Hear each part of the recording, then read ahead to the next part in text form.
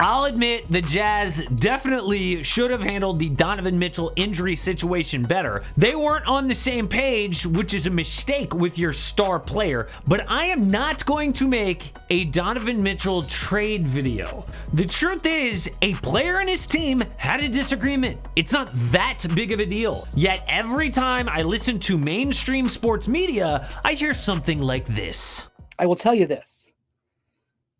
Donovan's relationship with the organization was damaged this week. Is it damaged to a point where it can't be repaired? I'm not saying that.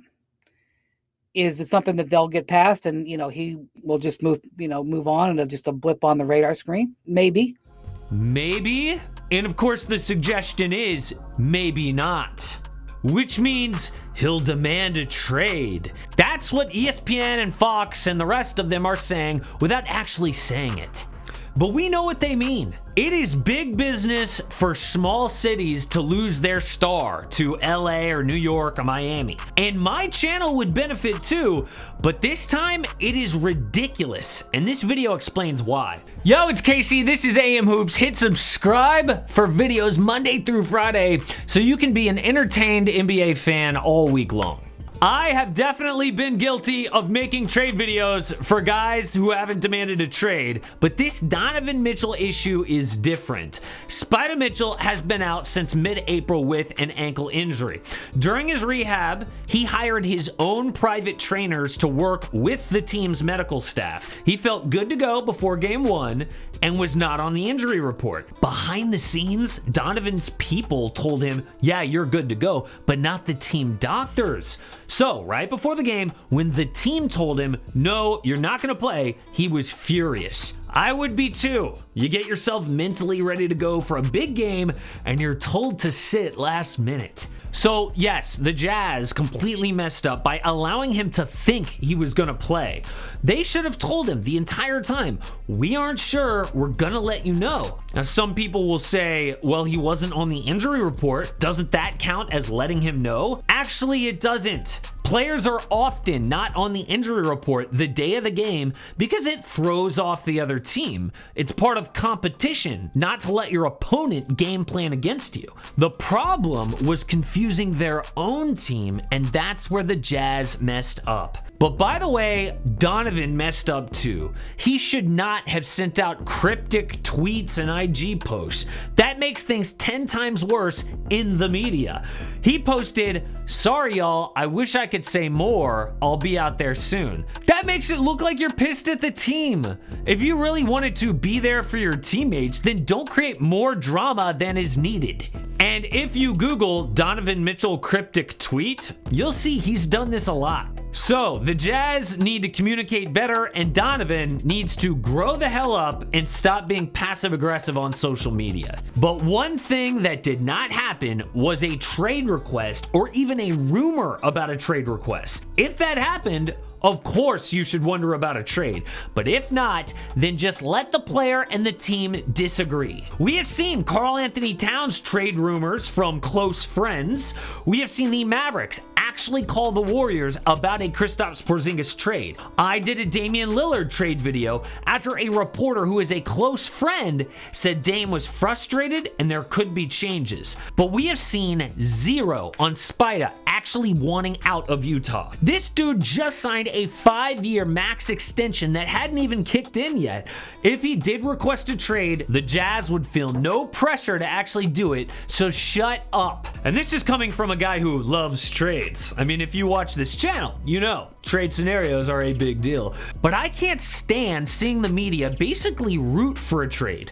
It hurts an entire franchise when a player demands a trade, and it's almost always small markets that end up hurt. Look, there's nothing wrong with trade demands. I think that a player should ask to leave in private if things aren't working. But for reporters to basically create that rumor when the player himself has said nothing is horrible. This all started when LeBron James chose to leave the Cavaliers with a press conference. That got huge ratings for ESPN, and free agency has been a money machine for the media ever since. There was Dwight Howard leaving LA, a huge deal. Kevin Durant leaving Golden State for Brooklyn. The Giannis saga last offseason, even though he stayed. A lot of fans now say the offseason is almost as exciting as the regular season. That is great for sites like ESPN and Bleacher Report because player movement is all about rumors and gossip, not actual games.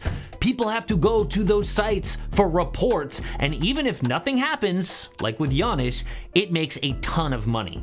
The thing fans don't like is when super teams get formed that take over the league. Everyone hated on Kevin Durant for joining a stacked Warriors team, and it seems like star players always choose a team on the coast, not in the middle of the country like Utah. Well, Donovan Mitchell could be different. I mean, you could tell when Shaq said he wasn't good enough to win, Spider took that personal. He's got something to prove. When the Rudy Gobert drama went down, there was anger, but never a mention he wanted to leave that team. Spida could be that rare player that wants to stay with the team that drafted him and win, like Damian Lillard. But if not, and he only signed that big deal for money, it doesn't matter, because he is locked in for 5 more seasons. There was doubt that James Harden could force a trade with 2 years left on his deal. We have never seen a trade like the national media wants to go down actually happen. Now, I have to address the Rudy Gobert COVID beef that just happened last year. Obviously, this current drama looks worse because of the tension on the roster back then. I actually understood the media suggesting trades at the time because Donovan had not signed his extension yet. It was a legit question. Is he mad enough not to sign? And if so, where would he end up? But to suggest the same thing after he's locked in for 5 years shows that some reporters just love to stir up trade drama because it gets clicks. And because of this, Spida had to clear the air himself in front of his team. And I said, look, guys, like I talked to just my teammates. I said, look, we're in here together.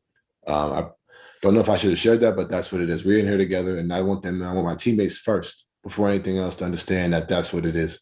You know, we have phones, we have Twitter, we have Instagram, and this has been everywhere. So it's one thing to kind of let it linger and fall, or you can just go ahead and kill it from the jump. You know, and that's what I want to do. So literally the #1 seed small market Jazz is having to talk about this stuff behind the scenes.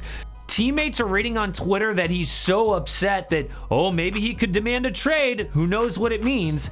And he has to address it in the locker room. Look, team doctors held him out because they want to win. They lost game 1, but it was to save Spida for later in the series. They didn't think it was 100%, so they held him out not to risk another injury. Spida wants to win. They want to win. They are on the same page. But what could actually happen is Lonzo Ball leaving the Pelicans. He is a restricted free agent, and this video explains all of his options.